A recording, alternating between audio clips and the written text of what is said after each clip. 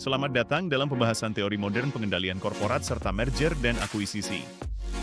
Teori ini menjelaskan bagaimana pasar berperan dalam disiplinkan manajemen yang kurang efisien, terutama saat harga saham undervalued. Kondisi ini menciptakan peluang akuisisi, memaksa manajemen untuk mengoptimalkan kinerja perusahaan.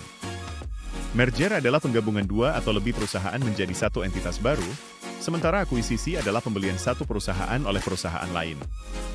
Tujuan utama M&A seringkali adalah menciptakan nilai pemegang saham melalui sinergi, di mana nilai gabungan melebihi jumlah bagian individual. Sinergi dapat bersifat operasional, seperti penghematan biaya, atau finansial, seperti manfaat pajak.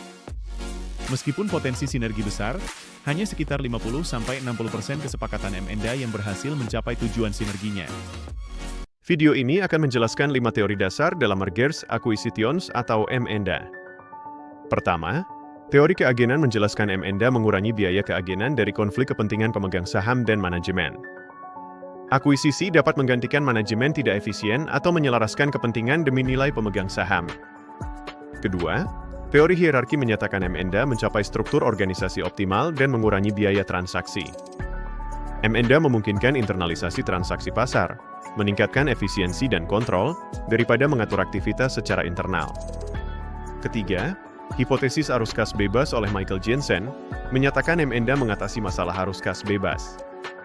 Perusahaan dengan arus kas bebas besar dan peluang investasi terbatas melakukan M&A untuk menggunakan kas produktif, mencegah penyalahgunaan manajemen. Keempat, teori kekuatan pasar menunjukkan M&A didorong untuk meningkatkan kekuatan pasar, mengurangi persaingan, dan mencapai skala ekonomi. Akuisisi pesaing atau bisnis terkait dapat memperoleh pangsa pasar lebih besar, mempengaruhi harga, dan meningkatkan daya tawar. Kelima, teori penilaian berfokus pada aspek keuangan M&A, khususnya penilaian perusahaan target.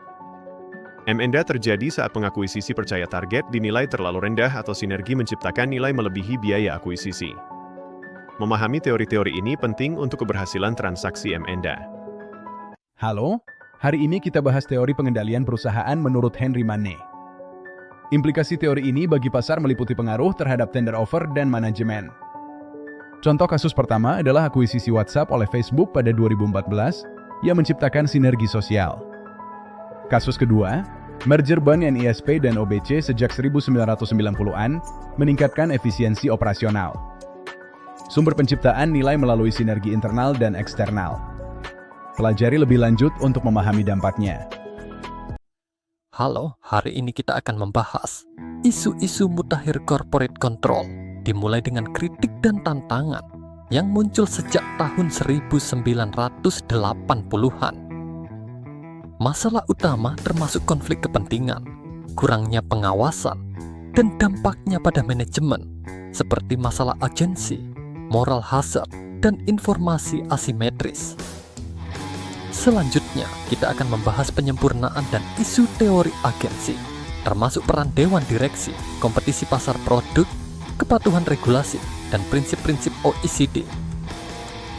Mari kita lihat sustainability finance, yang mengintegrasikan kriteria lingkungan, sosial, dan tata kelola ke dalam keputusan bisnis dan investasi, termasuk integrasi ESG, green bonds, dan impact investing. Behavioral finance mempengaruhi keputusan korporat dengan memahami bias perilaku, anomali pasar, psikologi investor, dan implikasi regulasi. Digital finance dan risiko governance seperti ESG dan UVCA semakin penting, mencakup fintech, blockchain, AI dalam keuangan, serta faktor lingkungan dan sosial. Terima kasih atas perhatian Anda. Semoga pembahasan ini memberikan wawasan baru tentang isu-isu mutakhir dalam corporate control.